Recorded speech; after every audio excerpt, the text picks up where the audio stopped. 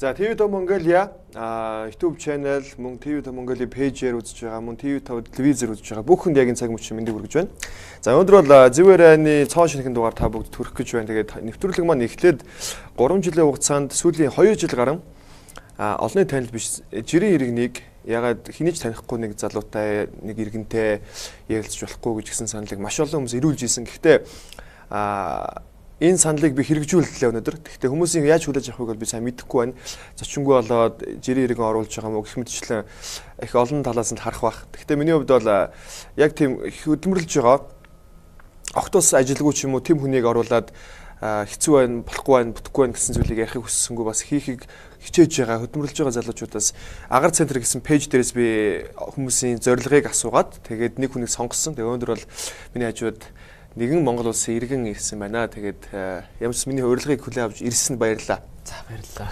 Нэр нь Алдармөнх. Тий, Алдармөнх. Тэгээ Алдармөнх гэж залууг би нэвтрүүлэгтээ өнөөдөр урьж оролцуулж байна. Тэгээд өнөөдөр бол мэдээж өөрхөн танилын өрөөнд бол их олон хүмүүс мэддэг байх. Гэхдээ яг олон ингээм Монголын өрөөнд ч юм уу бас тэр болгон хүмүүс сайн мэдэхгүй байж магадгүй тий. Тэгээд өөрийгөө нэг танилцуулаад тэгээд надлаа нэг явуулсан мессеж бас тий яагаад орох болсон зорилгоо бас нэг үзэгчтэй хэлээд өгч. За тий намайг болохоор Aldarmonkh гэдэг 94 оных гэхээр одоо 25 нас хүрч байгаа. Flash art production үүсгэн байгуулагч.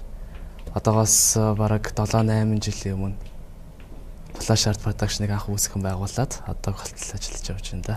За production юу хийдэг production? Production болохоор одоо яг урлаг соёлын арга хэмжээ зохион байгуулах чиглэлээр за тэг хүүхдийн цэцлэнгийн олон улсын хөтөлбөрийг хэрэгжүүлэх зорилготойгоор анх яг эхэлсэн гэх юм бол бараг 7 жил орчим зүгээр яг үүсгэн байгуулсан гэх юм бол 2014 онд үүсгэн байгуулсан.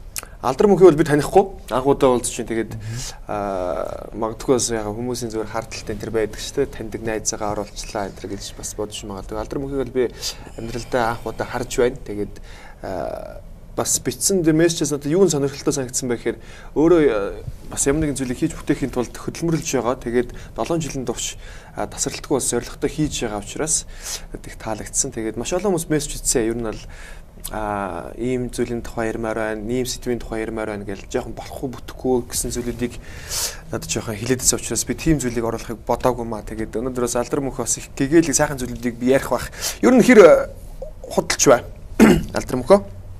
Ер нь бол яг тийм ахтар худлаа яриад зүйл байхгүй. Байхгүй. Тийм, таньж мэддэг хүмүүс одоо үзэж байгаа. Тэгэхээр бүх хүмүүс л мэдж байгаа шүү дээ. Тэгэхээр ч одоо яг улаан цайм худлаа яриад л тань шүү дээ. Хүмүүсийн мэдж байгаа зүйлийг. Тийм байгаараа л. Нэг тийм залуучууд өгдөгтэй нэг тийм аюу цэмцэгцтэй, яриан цэгцтэй, яриад сурцсан те хинтээ ярих үгээ мэддэг. Ер нь тийм үү? Тийм, ер нь бол яг олон хүнтэй уулзаж ажил хийж явж байгааг хувьд бол тийм яванда болдго юм байна. Тэг хүнтэй харьцаад эхлэхээр өөр болдог те яриа мараа их зэгцтэй нэг юм намблаг тайван те тэгэж ярьдаг юм байна. За юу яа хөөгүй. Хоёул Касперг гээд бас нэг бир те одоо алкогол гэж ярьдаг штэ. За хэр хэрэглэх үү? Гэхдээ яг зарим үедээ хэрэглэнэ. Зарим үед нь одоо ямар үе явах вэ? Яг ажлын зорилттой байх юм уу эсвэл баяр ёслолоор байх юм уу те. Найз нөхдөдөө уулзах үедээ. Тий. Тэгэхээр байнгын бол биш. Урлаг соёлын арга хэмжээ зохион байгуулдаг компани бол урлагийнхантай ажилладаг бах те. Урлагийнхантайгаа бас ажил төрөл яриад ер нь бол тогтооно үз. Тэгэн тиймэрхүү үйл байна. Манай урлагийнхын хэр пэдгэр байна? Урлагийнхан бол үгүй сайхан хүмүүс шүү дээ. Нэг нуугөө, нууж хаагаад ах зүйл байхгүй, хилэн далангөө. Амар хүмүүс. Таалагддаг зам байгаа юу? Янз бүрийн одоо мэдээж урлагийнхан нь бас тодорхой бас хэцүү хүмүүс шүү дээ. Бас хитрхээ сайхан хүмүүс бас хэцүү шүү дээ. Таалагдахгүй зүйл нь гэх юм бол мөрөөч цан гэх юм уу? Хэлсэн байх гана. Тийм, тэр бол ерөөсөө яг урлагийнханд ажлыг яг ингээд заа гэж хэлсэн л бол яг тэр цаандаа байхгүй байгаа нь жоохон ажлыг жоохон хоош татах гэдэг. Нэр зохиолоо хин тэгээд за яг бас болохгүй шүү дээ тийм ээ. Болохгүй юу? Тийм болох. Яг үү хоёул өмнө чи худлаа ярьдаг байсан шүү дээ. Хоёулаа гоё нэр зохиол явчихил та. Хин яаж мөрөв те. Тэгээд үнэн юм үнэн гэрэн шүү дээ тийм ээ. Нэр зохиол чинь яг нэр зохиод ах зүйл бол байхгүй. Байхгүй. Тий. Бас араа бас болохгүй. За. Гэр бүл одоо хинтэйгээ амьдардаг өө? Айл идэх хөхтөв? Айлаас бол айлаас гурлаа. Айлын дундах. Одоо бол амьдарч байгаа гэх юм бол эхнэр хүүхэдтэйгээ. Эхнэр 2 хүүхэдтэй. Оо зөв. Тийм гэр бүлээ зохиогоод ер нь бол удаж байна. Хэр удаж байна? Одоо ч манай хүү 3 гарантай гэхээр бараг 4-5 жил орчим болж байна. 20 настайд л тий бараг хүүхэд байх та. Хүүхэд байх та тий. Аль сургуулийг төгссөн бэ? Соёл урлагийн сургуулийг. Соёл урлагийн сургууль. Соёл урлагийн сургуулийг 2016 онд төгсөөд ямар мэргэжлэр? Соёл урлагийн менежментийн чиглэлээр одоо хийж байгаа ажил маань яг мэргэжлийн давхвал. Зөв. Яг тэр мэргэжлийг сонгосон юм. Ер нь бол нэг ахтар тийм яг зорж орсон зүйл байхгүй. Яванда болсон гэх юм уу? Анх өөр сургуульд конкурс өгөөд тэгээд болохгүй болол тэгээд соёл урлагийн сургууль эсдэгөө тэнцсэн. Тэгээд яг энэ зорилгыг бол өөртөө авсан зорилгыг бол яг соёл урлагийн сургуульд ороод олж авсан. Анх бол нэг ахтар тэгэж зорж орсон зүйл бол байхгүй. Бас нэвтрүүлэгт орох болсон шалтгаан нь одоо энэ флаш арт гэдэг продакшныг ажиллаж байгаа хийж байгаа тий. Тэгээд уран бүтээлүүдийг бас ингээд зохион байгуулад хүүхдийн бас цусланд тодорхой хэмжээний бас зүйлүүдийг хийдэг юм шиг байна тий. Тэрийг нэг хөшөө тавчгаа яриад байгаа шүү. Тий, хүүхдийн цуслангийн хувьд тэгэхээр энэ нь бол яг миний цаашдын зорилго юм л да. Яг entertainment чиглэлээр үйл ажиллагаа явуулж байгаа нь болохоор энэ бол миний сонирхол гэж болно. Бас өөрөө хөтлөг шийддэг. Тэгээд ингэж ярьдаг юм уу те? Тэгдэг ингэдэг галаа тийм үү? Гээгүй. Энд чинь бас менеж энтер гэж ярьдаг. Эфирийн соёлаа. Эфирийн соёлаа. Тий. Нэвтрүүлэгт орж ирсэн үгүй? Нэвтрүүлэгт орж байгаагүй. Ерөөсөө ингэж яриа өгч үзэж байгаагүй. Үзэж байгаагүй. Ямар арга хэмжээнд хөтөлж байна? Арга хэмжээ гэх юм бол яг шинэ жилийн арга хэмжээнүүдийг л одоо яг яаж хөтөл сурсан гэхээр мөрөөч гэдгсэн шүү дээ. Зарим үед хөтөгч байхгүй болчихно. Тэгэнгүүт цаг ямар нэг юм зүйл чинь заавалчгүй цаг нартай байдаг тий. Тэгэл зарим үед өөрөө нэг удаа эхлүүлж үтсэн тэгээ за болох юм байна гэл. Хөтөлсөн. Бүр болохгүй үед бол тэгээд өөрөө хөтөлждөг гэх юм аа. Хөтөлждөг. Хүүхдийн цуслангийнхаа нэг ярьж байгаа. Тэг давчгаад яасан. Хүүхдийн цуслангийнх болохоор яг бүр зорилго нь гэх юм бол илүү том л доо. Яг одоо энэ залуучуудын хүрээлэлтэйг нийгмийн хүрээндээ ямар байгаа лээ те залуучууд бэлэнчдэг сэтгэлгээтэй болцсон. За тэгээд хүний үг ерөөсөө сонсгоо болцсон сошиал ертөнцид болохоор одоо яг монгол үг хэллэг гэдэг зүйл нь ерөөсөө ингээ халагдаад эхэлсэн. Яг энэ зүйл дээр тулгуурлаад цагаан нэг олон улсын хүүхдийн цуслангийн ойд үгээд одоо яг Монголын анхны олимпийн медальт ойд угаа гэж байдаг те. Жид бүхэн юм очив. Тий. Тэр хүний цуслан. Ойд угаа болохоор яг Монгол Төв аймгийн Батцанбүрт байдаг. Ойд угаа болохоор яг цуслангийн чиглэлээ болохоор Монгол яс заншил чиглэлээр явуулж байгаа. Энэ дээр нь болохоор бид хоёр тулгуурлаад гэрээ байгуулад за би болохоор ингээд олон улсын хөтөлбөртэй англи хэлний цуслангаа танаа цуслангийн ингээд хөтөлбөртэй уялдуулад хүүхдийн цуслангийн хөтөлбөр дээр буулгая гэдэг одоо нэг хүүхдийн цуслангийн өнөөгийн байдлыг тодорхойлоод олон улсын хүүхдийн цуслангийн өнөөгийн байдлыг тодорхойлсон судалгаа маань авч дуусаад одоо сургалтаа эхлээд нэг 3 дахь жил дээр явчихна. Сарын орлого гэдэг. Сарын орлого гэхлээр бол яг энэ хийж байгаа ажил маань болохоор яг 100-ны үед л орлоготой. Шинэ жилийнх одоо тэмдэглэлт баяр entertainment гэдэг юм бол арга хэмжээ зохион байгуулах, event зохион байгуулах юм бол тэр үедээ ашиг өгнө. Хэдэг хөө? За тэгэхээр нэг шинэ жилээс бол ойролцоогоор нэг 500 байгаа хүнтэй шинэ жилийг базлаа гэж бодоход орон бүтээлчдийн цалин өсийг өгнө. Ер нь ингээд бүр цогцоор нь авч чадах юм бол илүү өндөр дүнтэй нэг 2-3 сая ч юм уу. Зөвхөн зүгээр орон бүтээлчд нэг гэх юм бол нэг ахтар тийм их зүйл бол аахгүй. Монголд амьдрахад хэцүү байна. Монгол бол хамгийн муухай орон. Монгол бол ийм гэж ярьдаг шүү дээ. Чамд ямар байна? Тийм ерөөсөө тийм зүйл бол байхгүй. Залуухан өөрөө хөдөлмөрлж чадах юм бол ерөөсөө одоо ингээд байгаа зүйлийг бид нар боломжийг нь олж харахгүй болохгүй байгаа бүгдийг нь хараад байгаа байхгүй. Энд болгонд чинь боломжтой зүйл бол аюул олон байна. Жишээлх юм бол Монгол хүн гэдэг чинь өөрөө яг тийм одоо яг намайг одоо ингээд нэвтрүүлэгтээ оролцуулаад ингээд залуу хүнийг дэмжээ гэж шүү дээ. Энд чинь л яг ингээд Монголд амьдрахад монголчууд нэг нэгээ дэмжиж эхэлж байгаа байхгүй. Тэгэхээс ч бол өөр хин одоо нэг гадны оронд ч байдаг юм уу тэгээд байх юм бол хин нэгэн дэмжихгүй цэвэр өөрийн хүчээр гарч ирнэ гэдэг бол ер нь тэгтээ яг Монголын хувьд ч гэсэн яг тийм мөнгөтэй байх юм бол танил талтай байх юм бол илүү хол явна. Зөвхөн өөрөөрөө хичээж явж байгаа хүн бол бас л их жоохон чангал баг. Тэгтээ Гэхдээ ер нь бол болохгүй зүйл л гэж бол байхгүй шүү дээ, тийм ээ. Өөрөөрөө явна хэрэг юу гэж хэлээд байна. Тэгээ би яг мөнгөтэй мэдээж мөнгө бол ямар нэгэн ажлыг бүтээх маш том тулгуур тийм тэрийг бол ойлгож байна. За тэгээд яг зөв яг өөрөөрөө хөдөлмөрлөд явж байгаа залуучуудад ажиллаа хийгээд явахад нь яг юу саадуулаад байгаа? Одоо яг хувийн бизнес хийнэ гэдэг юм бол саад болж байгаа зүйл нь гэхлээр хамгийн ихэнд бол мөнгө байгаа шүү дээ мэдээж. Миний хувьд тэгэхээр бол яг тийм айхтар тийм баян айлын хүүхдүүл биш. Зүгээр л нөгөө гэр ороод төсөөд аав ээж хоёр маань цалингаас цалингийн хооронд хоёр идэхгүй хоос онохгүй ингээл яваад ирсэн.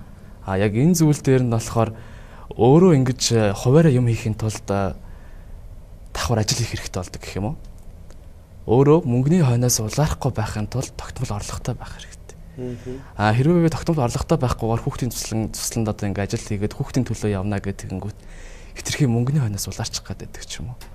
Иймэрхүү талуудаа ингэж засахын тулд давхар ажил хийдэг гэж ойлгож байна. Зөв. Тэгээ давхар ажил хийгээд их л ажилтаа завгүй л өгөх те. Тийм ээ тийм. Тэгэл хүүхдүүдээ орой нэрээ хүүхдүүдтэйгээ амарна. Тэгэл зөндөөл юм байна даа. Монголд хүүхдийг өсгөхөд яг тийм гоё эрүүл орчин байгаа юу? Одоо нэлэх хүүхдүүд юм айгуу сайн мэдж байгаа л те. Тийм яг хөрсний бохирдол, агаарын бохирдол гэдээ ярьж байгаа л да. Тэгтээ зундаа тусланд гарчиж болж байна. Одоо манайх ч юм болохоор гэр 120 тахгүй. 120 болохоор бас харьцангуй гэр ороолойг бодох юм бол харьцангуй утаа бас арай л гайгүй байна. Тийм. Тэгэхээр яг гээгэлгөө. Тийм миний амьдарч байгаа хэсэг маань бас арай л бусад хүмүүстэй харьцуулах гэдэг шүү дээ, тийм ээ. Бүр гадны орнуудтай харьцуулах юм бол тийм зүйл байхгүй л те. Гадаад орнд амьдарч ирсэн үгүй юу? Тийм амьдарч байгаагүй. Амьдарч байгаагүй. Тийм. Ер нь бол тийм нэг гадаад яваад ирсэн хүмүүс нэг ингэж ярьдаг те. Тийм ярьж байгаа зүйл нь их гоё зэгцтэй ухаалаг байдаг шүү те. Гадаад дотоод тэр нэг явдаг уу? Нэг ахтар явахгүй. Тэгтээ яг нөгөө зунаслангийн ажил маань гадаад багш хэрэг болдог болохоор цэвэр бритиш дуудлагатай англи багш шаардлагатай болно. Тэр чинь Монголд байж сууж байгаад болж чадахгүй. Тий. Тэгэхээр багш аварч авчирна. Хүүхдийн цуслангийнх нь ажил нь одоо ер нь хэр их англи хэлний вакуумжилсан сургалт үлээ. Тий, англи хэлний вакуумжилсан сургалт гэхээр нөгөө танхимын сургалт гэж явдаг шүү дээ. Яг тийм биш. Монголын хүүхдийн цуслангийн хөтөлбөр гэж байдаг. Дандаа тоглодог. Арга хэмжээнүүд болдог. Тэр хөтөлбөрүүд нь бүгд англи хэл дээр, тоглоомын арга нь ч гэсэн англи хэл дээр. Тэгээд англи багш нь бүх үг хэллэгийг нь удирдах явна. Тэнд ерөөсөө монголоор ярих хүүхд байхгүй. Монгол яс заншлийн хөтөлбөр явсан ч гэсэн англи хэл дээр.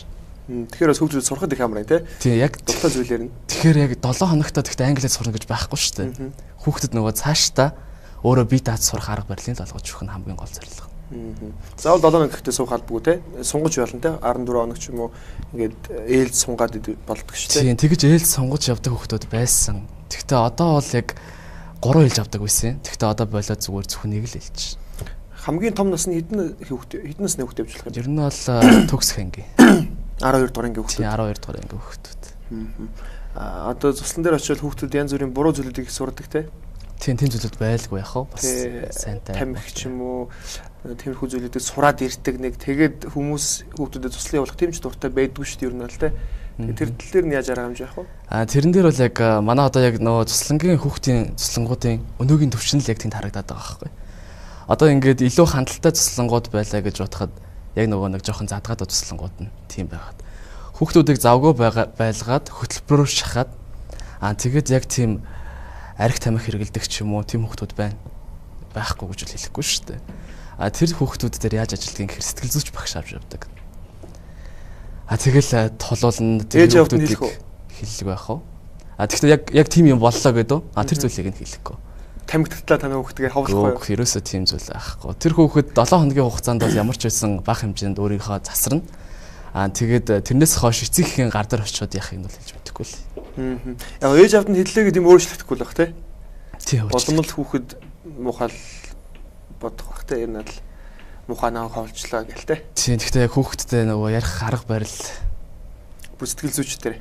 Тийм. Мэргэжлийн сэтгэл зүйчтэй авч явна. Хэдэн багш байдгийг? Яг хүүхдийнхээ ээлжээс шалтгаална. Одоо 250 хүүхэдтэй явлаа гэж бодоход Монгол одоо яг хөтөлбөр хэрэгжүүлэх 6 багш, англи хэлний одоо монгол багш 6. Тэгээд англи багшаас бол нэг 2 орчим багш. Тэгээд би өөрөө ерөнхийдөө зохион байгуулагчаар нь явна. Өөрөө бас шүү явдаг. Тий 10 дүүнтэй л. Тэгээд яхаа 7 хоног яваад буцаад ирэх үү те? Тэгэн 7 хоног яваад буцаад ирсэн. Тэр хооронд эхнэр нь ажиллах уу? Үгүй ерөөс тэнцвэрлэхгүй ажиллая гэж тавьчих. Бас эхнэр нэг 50 хүн байдаг уу? Чам шиг. Тий. Манай эхнэр бол их түшигтэй л.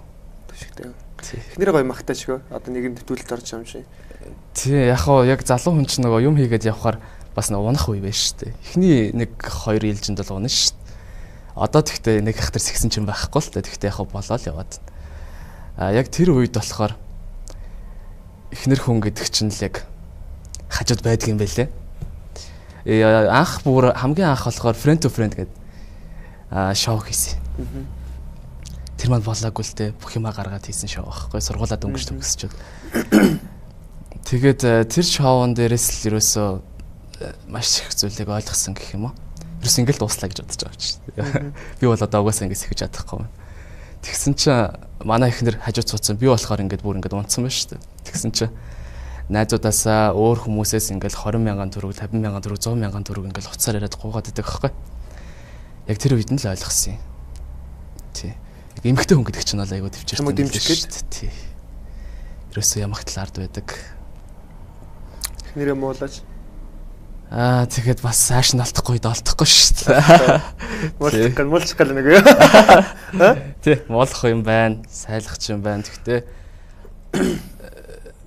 хоёр хүүхдийнхээ ээжийг одоо мууллаад юуг нь болох вэ тийм ээ?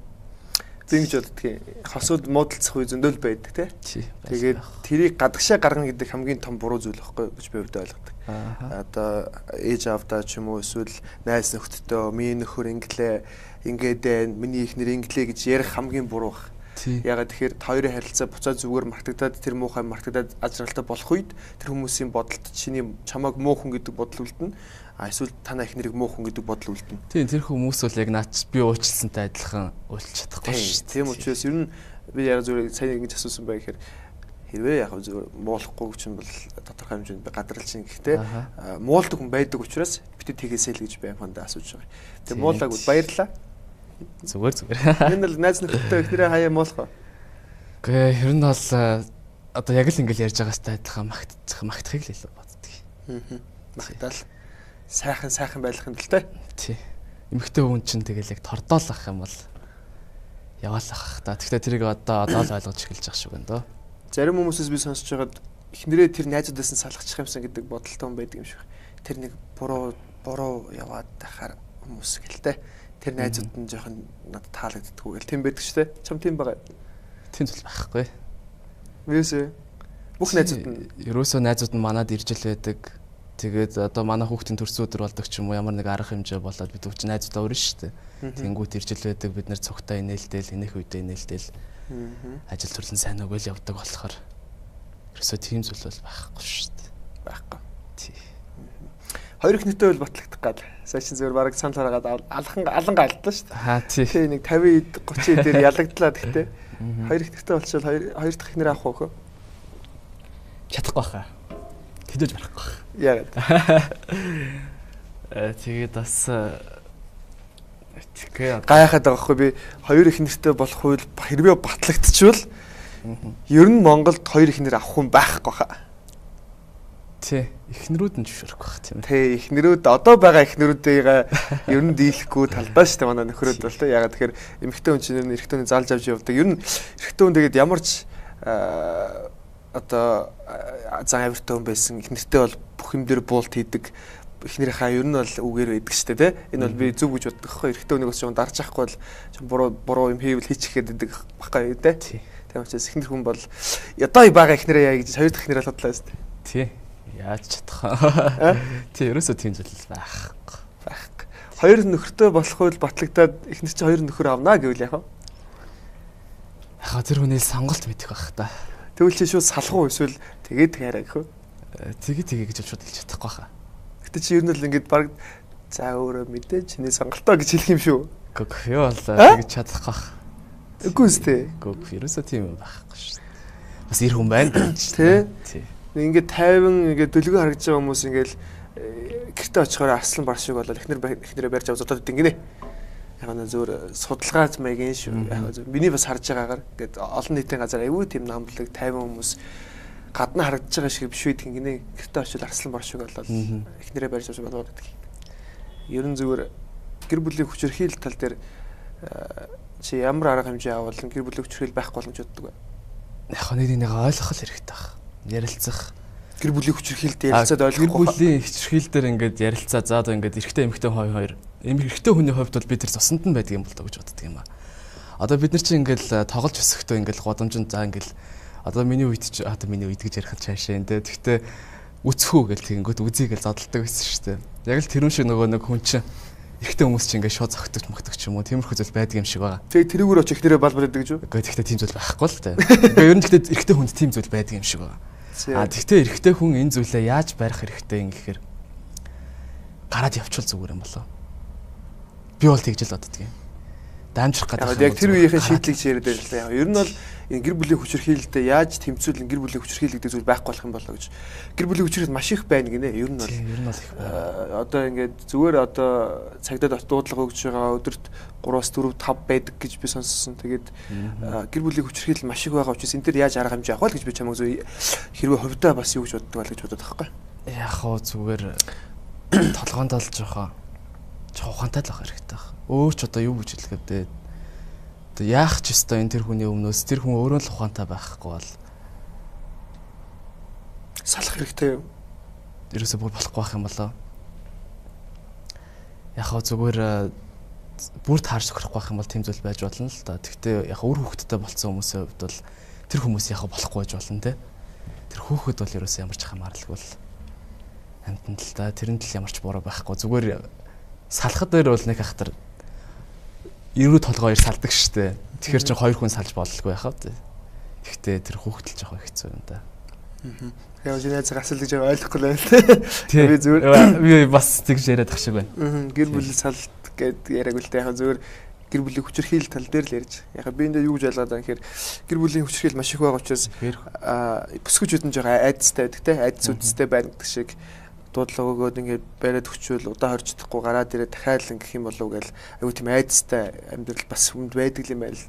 Тэгээ яг энэ тал дээр би яг зүгээр шийдлийг бодоол байгаа байхгүй яах хэвтан бол нэрээ яах хэвтан бол гэл те. Тэгээд энэ бол яг би хувьдаа ойлгохдоо одоо энэ сошиал медиагаар одоо маш их ингээд мэдээлүүд явдаг болсон намааг инглээ тэглээ гэл тэр нь одоо ингээд хитрхийг яваад байгаа учраас хүмүүс айхаа болцсон. За хүмүүс мачдаг юм шиг ингээд тоохоо болцсон. Дуудлага өгөөд ингээ явлаа тэндээс айхаа болцсон. Тэгэхээр яах хэвтан гэр бүлээ салах хэвтан юм уу гэхээр бас хэцүү те. Тэгэхээр ер нь зүгээр хамгийн анханасаа эхлэлээсээ байх хэвтан болов уу гэж би хувьдаа ойлгоод байгаа. Тэр хүнийгээ сайн таньж мэдснийхэн дараа үр хүүхдтэй болох, сайн таньж мэдснийхэн дараа нэг гэр одоо хамт амьдарч үзэх хэрэгтэй. Тэрнийхэн дараа гэр бүлээ батлуулах гээд ингээд нэг эхлэлээсээ л зөв явчих юм бол тэр муухай зүйлүүд байхгүй байх юм болов уу гэж би хувьдаа ойлгоод байгаа. Зөв үү? Тий. Санал нэгж юм шүү. Санал нэгдэл байх уу? Энэ бол хамгийн зөв гаргалгаа гэж би хувьдаа ойлгож байна. Тий. Би бол ерөөсөө гаргалгааг мэдэхгүйсэн байхгүй. Тэгэхээр бол ерөөсөө л эхлэлээсээ байх хэрэгтэй тий. Тэгэхээр хэрвээ мэдээж одоо гэр бүл болоод нэг ингээ пирамид чи хоёр талаас босдог шүү дээ.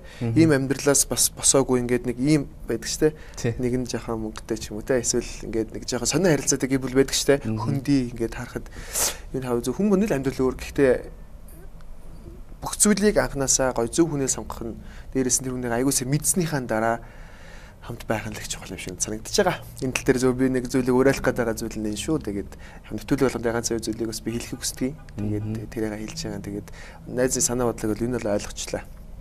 Тий. Одоо яхаа зөв нэг хөрөлт гэж байдаг юм байна л да. Хосон ярилцсан дээр. 1-р шат, 2-р шат, 3-р шат гэлтэй. Яг гоё халуухан байх үерхлийн харилцаа хамт амьдраад те үр хөвгтөө болоод тэнгууд ир хүн өддөг юм гинэ. Чамд өдөлт хөрөлт байсан уу? Одоо гарч ирсэн үү? Үгүй яах вэ? Холоохондоо бол их завгүй болохоор тэр зүйлийг яг анх удаа сонсож байна л да. Тэгтээ энэ зүйлийг болохоор яг тийм шин сонирхолтой зүйлүүд байдаг шүү дээ. Одоо ингээ хосороо бүжгэнд явдаг ч юм уу те. Бүжгэнд явангуудаа нэг манай ихнэр ярьд юм аа нэг хоёлаа ингээ нэг цастай нэг тийм гоё хорой гадаа ингээ камер тавьчихсан. Тэгэнгүүтээ ингээд бүжгэлж байгаа. Тим бичлэг хийлгээд ч юм уу эсвэл ингээд бүр ихнэрээ ингээд амар гоё барилуулдаг ч юм уу те. Тиймэрхүү зүйлүүд л сэргийх баг. Яг юм зөв шимдэх тийм хөрөлт байна уу л гэсэн. Тийм байсан уу? Яг үнэнгээр л хэлчих. Тийм үү байсан бол яаж байлгүй байх вэ? Бүр тийм амар ингээд маргалдаал хэрэлдээл ингээд хэлэхгүйгээр хэлэхгүй байж штэ. Тэр үедээ болохоор тийм зүйл бол санагддаг юм байлээ. Тийм. Гэхдээ даваа гарцсан те. Тийм, даваад гарцсан. Одоо бол нэг хахтар тийм зүйл бол байхгүй. Байхгүй. Харгүй юу? Хар бол байлгүй яах. Хартай. Хэмжээнд хар байх. Хитөвтэй. Тэрийг сайлж мэдэхгүй байна. Гэхдээ бол ер нь өөрийгөө хартаа гэж бодоод итгэв шин. Бодоод идэг. Төсөөлж бодол уурлах уу? Төсөөлж бодож уурлан ч гэж нэг тийм ч айхтар зүйл байхгүй. Гэхдээ яадаг чинь эрэгтэй найз байх ч юм уу те. Тиймэрхүү үед бол бас зарим үедээ бас хардах гад байна. Тиймэрхүү юм байна. Манайхны залуучуудын одоо дийлэнх хөв нь өөрөөдөө мөнгө хадгалдаггүй, хадгаламж байхгүй байдаг юм гинэ. Мөнгө хадгалдаггүй юу нь бол хадгалсан ч хадгалсан мөнгөө буцаагаад гаргаж ирээд нэг ингээл энд нь урд хормогоор хойд хормогоо гэдэг шиг л ингээд нөхөөл яваад идэг юм байна л. Тэгэхээр хадгаламжийг ч одоо өөртөө мөнгө хадгалдаггүй. Өөртөө бол хадгалахгүй. Үр хүүхдүүдтэй. Хүүдэрээ бол нэг хадгаламж байх. Өөртөө юу? Өөр бол байлгүй яах вэ? Ямар өөр вэ? Зээлэх боломжтой бүхэл зүйлүүдийг авдаг гэх юм уу? Тэгэл цаг тухайд нь төлөөд тэгэл явдаг та. Өрнөөс өрний оронд гэдэг шиг. Тий, гэхдээ яг хаа одоохондоо шүү дээ. Энд чинь ламбард эзэс үл дөрөв. Ламбард бол бараг жилийн өмнө ч юм уу. Тий, сүүлийн үед ороогүй. Сүүлийн үед бол мөнгөтэй байгаа. Тийм ээ тий. Зүг биз дээ хүний амьдрал дээшлэх ёстой шүү дээ. Дээшлэх ёстой. Нэг газараа байгаад тахсгүй шүү дээ. Дээшлэх ёстой илүү гоё өргөжих ёстой шүү дээ. Тийм. Одоо бол бас нэг үеэ бодвол хамаагүй л болчихно. Гэр бүлээ аваад гадаад дэвж амьдрий гэсэн бодлоо гоё. Тийм бодол байгаа. Яагаад? Ер нь яг сурыг гэсэн бодол байдгийн. Өөрийнхөө хэмжээнд тултална. Өөрийнхөө хэмжээнд хийснийхаа дараа ахаад илүү сурах хэрэгтэй болов гэж бодсон да. Одоо хэд хүртлээ тулталны яваа тэгээ сурах уу? Ер нь одоо нэг 30 нас хүртлээ. Монголдо ажиллаад Монголдо. Ер нь бол хийж чадах бүхнээ хийгээд тэгээд дахиж сурахгүй бол миний мэдлэгийн түвшин жуулаж эхэлсэн шүү дээ. Ном уншдаг уу? Ном уншнаа. Ямар ном уншив сүлд? Сүлд Пүрвган ундрах. Тэгээд Лигдэн хааны номыг өнөөдөр уншдаг. Түүхийн ном дуртай. Түүхийн ном дуртай. Пүрвган зохиол дуртай. Яг одоо залуучуудын ихийг ном унш гэдэг болчихсон л тээ. Ном уншаач чи мэдлэгээ дэвшлэл ном унш гэл. Ном уншаад ойлгодгүй хүн байдаг байхгүй. Яг өнөөдрийн үед бол. Тий яг намаа ойлгохгүй уншаад байна. Тэгээд нөгөө нэг хэлбэртэй дэдэг юм уу эсвэл би юус ойлгодгүй. Яг зүгээр номын клуб гэж байдаг юм байлээ. Тэгээд би нэг удаа өглөөний хүнчлөө өглөө 6 өнгөрөөгөөд эрт бүр уулздаг. Тэгээд уншсан номоороо ингээд энэ номноос би ийм зүйлийг олж авлаа гэдэг зүйлийг ярилцдаг. Тэнгүүд тэр залуучууд ингээд магадгүй өөрөөрөө өнцгөөс харж тэрийг ойлгож байгаа. Гэхдээ зарим хүмүүс ном унших ёстой гэдэг нь хүчээр албан шахалтаар ч юм уу эсвэл би ном унших юм бол сайжрах ёстой гэдэг нэг тийм ойлголт байдаг юм шиг байгаа юм л да. Би хувьдаа хүн бүтэн ном уншаад тэндээс хүн юу ч олж авч чадахгүй байж болно. Зөв нэг нүүр эсвэл хоёр өгүүлбэрээс ч хүн өөртөө хэрэгтэй зүйлийг авч болдог шүү дээ. Тэгэхээр ер нь өөрийнхөө заавал тийм бүтэн ном том зүйл барьж авахаас илүү өөртөө дуртай зүйлүүдээ барьж авах хэрэгтэй юм шиг санагдаад байна. Зөв. Яг л тийм. Би болохоор яг ингээд ном уншдаг ч гэсэн гадны орчуулсан номыг уншдаг. Тэр чинь нөгөө нэг хүний идсэн будаа. Ерөөсөө амар түүхий санагдаад байдаг байхгүй. Тэгэхээр түүхэн номнуудыг гэхдээ том зохиолчдын номнуудаас бол авах зүйл айгүй их бий. Одоо Манан будын зүрхний хилэнгийн номнууд дээр чинь гардаг санаанууд гой санаанууд байж хэлэх гэсэн санаанууд нь одоо жишээлх юм бол нэгийн дуртаач. Тий, манжууд байлаа гэж бодоход одоо хятад манжийн дардлаас гарахдаа Манан будын дээр гардаг, зүрхний хилэн дээр гардаг шиг юу гэдэг вэ гэхэлэр ерөөсөө хятад хүм одоо ингээд хятад хүм болгоо манж хүм бүрийн ерөөсөө хоолыг хийгээд хоолыг хүртэл халбуудаж өгөөд бүх зүйлийг хийж өгөөд тэгэх юм бол энэ манж үндэстэн сүннөө гэд. Та манж хүн таавал хамгийн шилдэг нь хамгийн мундаг нь тань шиг ухаантай хүн байхгүй гэд. Тэгж байж байгаа дуусгаж авсан ард хүмүүс байгаа байхгүй. Тэгэхээр хүн залхуу байснараа л ерөөсөө ном тэнэгтэй биш. Залхуудаа болол тэнэг байгаад байгаа гэх юм уу? Тий. Тэгтээ бас нэг ганц хоёр юмнуудыг би ингээд уншихаар залхуу нэг ажилд авдаг гинэ зарим газарууд. Яагаад гэсэн залхуу хүн хамгийн амархан, хамгийн хялбархан, хамгийн хурдан шийдэл гарах аргуудыг олдог гинэ. Зохион бүтээгч нараа. Зохион бүтээгч ч юм уу эсвэл ямар ч ажил хийсэн тэн дээр аюу хурдан тийм шийдэлтийг гаргаж чаддаг гинэ. Тэгэхээр яхаа зөвөр бас байнгын хөдөлмөрлөн гэдэг бол бас судлал байх л тэ. Ингээд хүн эрүүл мэндэж бодох хэрэгтэй, ер нь амрах хэрэгтэй те. Залхуурах төвн залхуулах хэрэгтэй болов уу гэж би бод. Тийм, ер нь бол яг тэгж нэг хэсэг боддог байсан л да хүн унтахгүй хөдөлмөрж болдог байвал ямар сайхан бай те. Унтахгүй бол хөдөлмөрлөөд баймаар ш. Тэгэхээр унтахгүй хараа чадахгүй юм л л те. Чи наашаар жинэчэд нөгөөд шаарж ууралдах уу? Гэхдээ тийм нэг хахтар тийм зүйл байхгүй. Төрний хоёлаа ярилцж байгаа ярьсан нэг одоо 30-40 минут ярьчих шиг боллоо. Тэгээд чиний ярьсан зүйл дээр миний ярьсан зүйлийг хэлэхээр чиний санаа шууд хувираад байгаа байхгүй.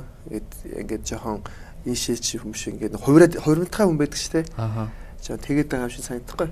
Тэгээд яхаа зүгээр өөрийнхөө шийдвэрээр хэр бат байдаг байл гэж байсан.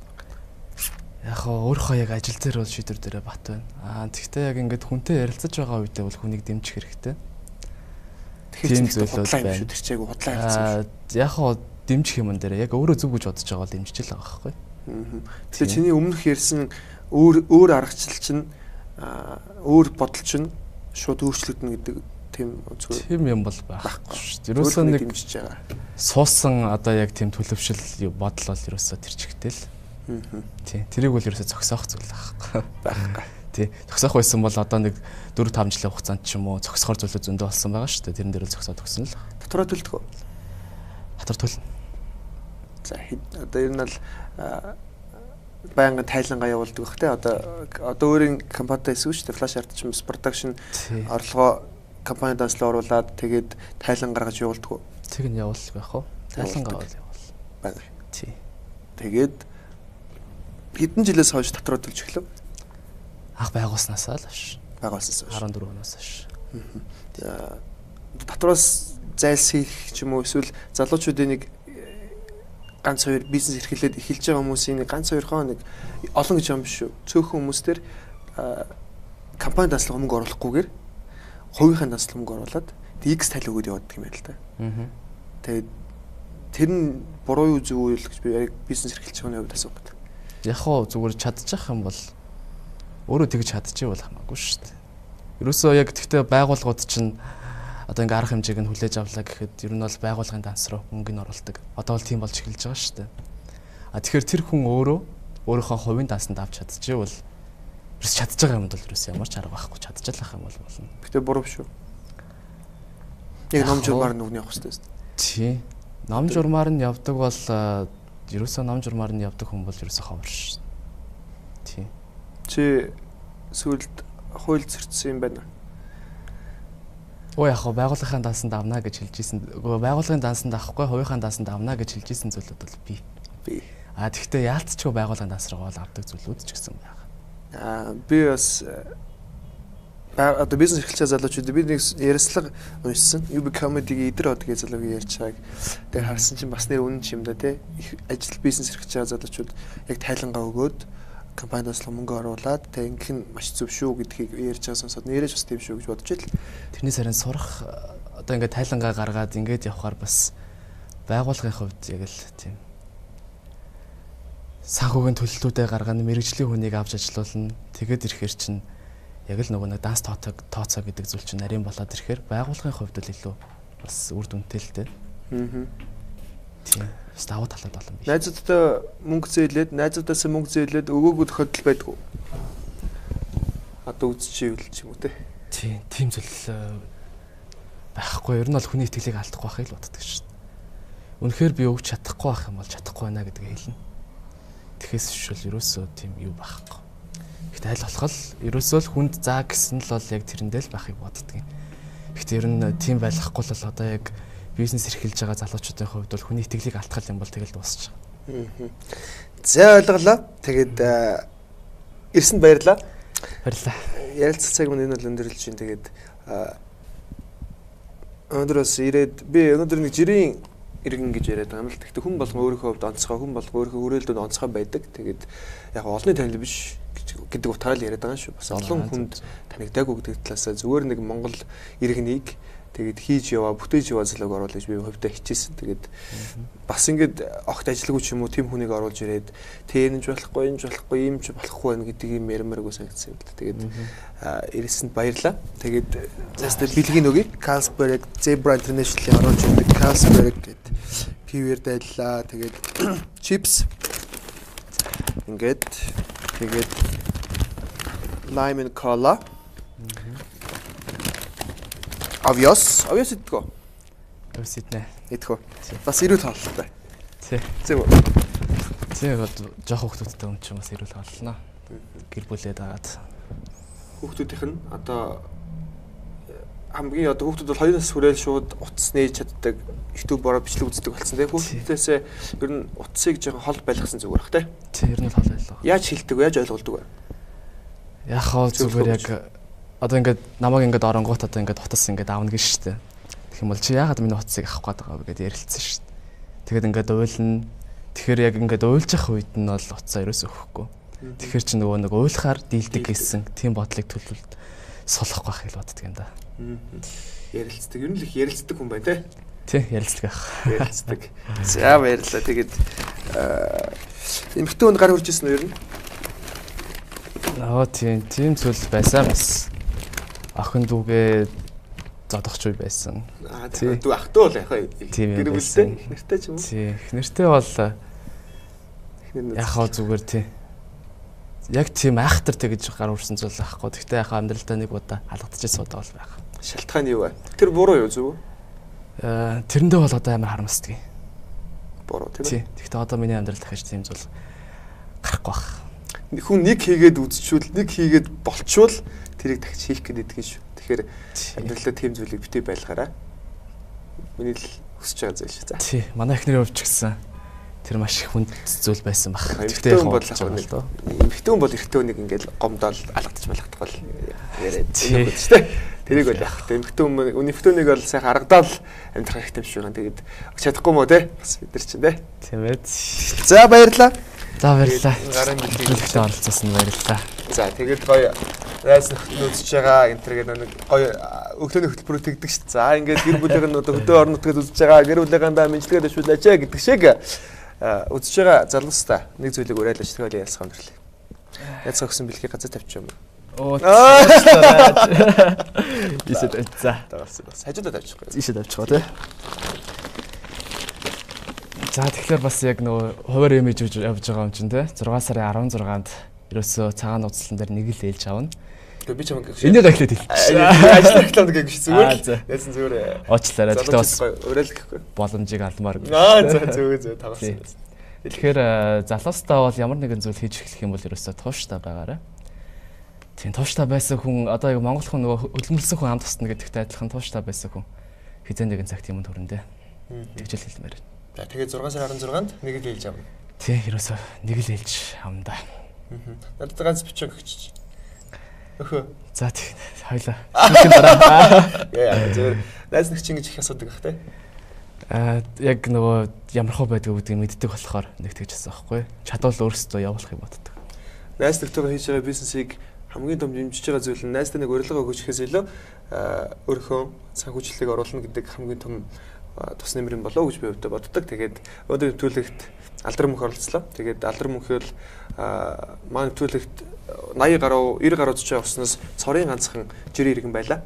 Тэгээд жирийн иргэн гэдэг нь бол олон танигдаагүй урлаг соёлоор явдаггүй спортын хүн биш гэх мэтчлэн зөв хөдөлмөрлөж яваад залуу. Тэгээд та нарыг би яаж хүлээж авахыг мэдэхгүй. Манайхаа угаас л моолох байлгүй. Тэгээд та нартай би угаасаа хайртай харж бай бараанч бай та нарт би бүгдийг хайрладаг гэдэг дахин хэлээ. Тэгээд манай нэвтрүүлгийн 3 дахь өдөр болгон явдаг лайваар зочнолоо шууд залгаж ярьдаг. Тэгээд өнгөрсөн 7 хоногт бас нэг зүйлийг нэмж хэлэхэд Улаанбаатар нэвтрүүлгийн хөтлөгч Лодо Самбог оруулна гэж тохирсон боловч TV6-гийн захирлан залгаад оруулахгүй гэсэн учраас оруулаагүй, боломжгүй цуслагдсан. Тэгээд Лодо Самбо өөрөө яриулсныг мэдэхгүй, эсвэл яг захирлан ярьсныг би мэдэхгүй. Тэгээд ямар ч байсан сайхан ярилцлага болох байхаа гэж хүлээж исэн боловч бүтээгүй гэдгийг бас энд хэлэх хэрэгтэй. Маш олон хүмүүс пэйжээр асуусан учраас би энэ хариултыг өгөх хэрэгтэй хаа гэж утсан. Тэгээд хамт өсөнд баярлалаа. Дараагийн нэвтрүүлэг эргэн уулзъя. Зэвүүн яриа ток шоу үргэлжилсээр байх болно. Дахиад хэдэн жил явахыг би мэдэхгүй байна. Тэгээд хамтдаа байгаарай. Баярлалаа.